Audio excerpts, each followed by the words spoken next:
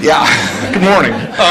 I know you're famed for your success, but I was curious if there were any particular moments in your life that, or mistakes or failures that you've made that were particularly memorable, what you may have learned from them, and if you had any particular advice for the students here in dealing with discouraging circumstances. Yeah, I've made a lot of mistakes. The biggest mistake, well, not the biggest, necessarily the biggest, but buying Berkshire Hathaway itself was a mistake because Berkshire was a lousy textile business. And I bought it very cheap. I'd been taught by Ben Graham to buy things on a quantitative basis. Look around for things that are cheap. And that I was taught that, we'll say in 1949 or 50. It made a big impression on me. So I went around looking for what I call used cigar butts of stocks. And the cigar butt approach to buying stocks is that you walk down the street and you're looking around for cigar butts and you find this on the street, this terrible looking, soggy, ugly looking cigar, one puff left in it. But you pick it up and you get your one puff. It's disgusting, you throw it away, but it's free. I mean, it's cheap. And then you look around for another soggy, one puff cigarette. Well, that's what I did for years. It's a mistake. Although you can make money doing it, but you can't make it with big money. It's so much easier just to buy wonderful businesses. So now I would rather buy a wonderful business at a fair price than a fair business at a wonderful price. But in those days, I was buying cheap stocks. And Berkshire was selling below its working capital per share. You got the plants for nothing. You got the machinery for nothing. You got the inventory and receivables at a discount. It was cheap. So I bought it. And 20 years later, I was still running a lousy business. And that money did not compound. You really want to be in a wonderful business because the time is the friend of the wonderful business. You keep compounding, it keeps doing more business, and you keep making more money. Time is the enemy of the lousy business. I could have sold Berkshire, perhaps liquidated it, and made a quick little profit, one puff. But staying with those kind of businesses is a big mistake.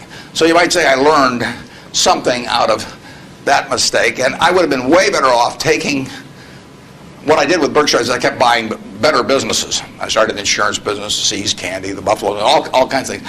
I would have been way better doing that with a brand new little entity that I'd set up rather than using Berkshire as the platform. Now I've had a lot of fun out of it.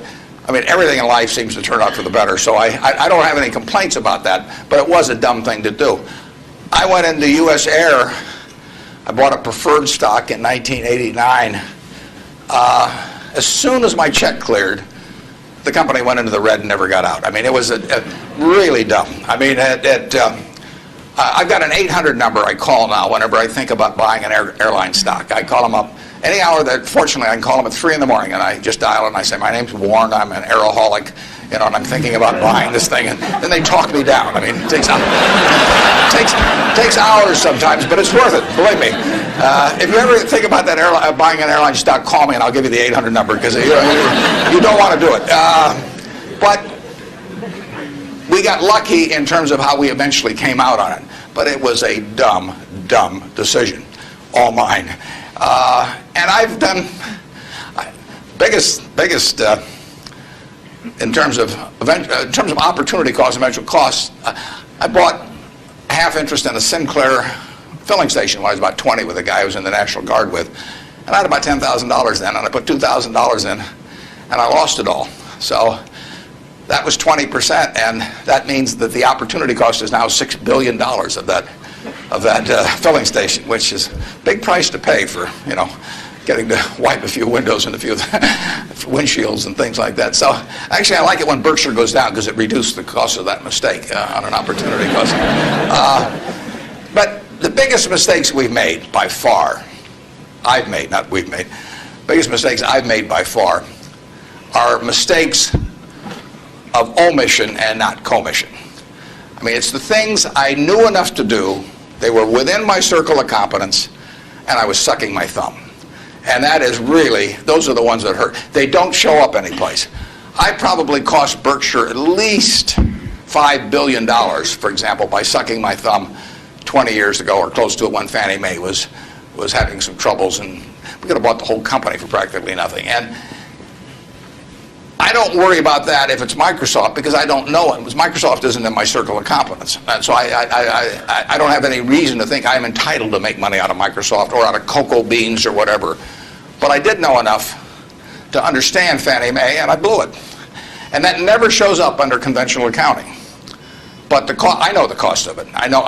You know, I passed it up, and those are the big mistakes. And I've had plenty of them. And unless I tell you about them in the annual report, and I resist the temptation sometimes, unless I tell you about them in the annual report, you're not going to know it because it doesn't show up under conventional accounting. But omission is way bigger than commission. There's big opportunities in life have to be seized. We don't do very many things, but when we get the chance to do something that's right and big, we've got to do it. And even to do it in a small scale is just as big a mistake almost as not doing it at all. I mean, you've really got to grab them when they come, because you're not going to get 500 great opportunities. You would be better off if when you got out of school here, you got a punch card with 20 punches on it. And every financial decision you made, you used up a punch. You'd get very rich because you'd think through very hard each one. I mean, you went to a cocktail party and somebody talked about a company you didn't even understand what they did or couldn't pronounce the name, but they made some money last week and another one like it. You wouldn't buy it if you only had 20 punches on that card. There's a temptation to dabble, particularly during bull markets. In stocks, it's so easy. You know, it's easier now than ever because you can do it online. You know, just you click it in and maybe it goes up a point and you get excited about that and you buy another one the next day and so on. You can't make any money over time doing that. But if you had a punch card with only 20 punches, you weren't going to get another one the rest of your life. You would think a long time before every investment decision, and you would make good ones and you'd make big ones. And you probably wouldn't even use all 20 punches in your lifetime, but you wouldn't need to.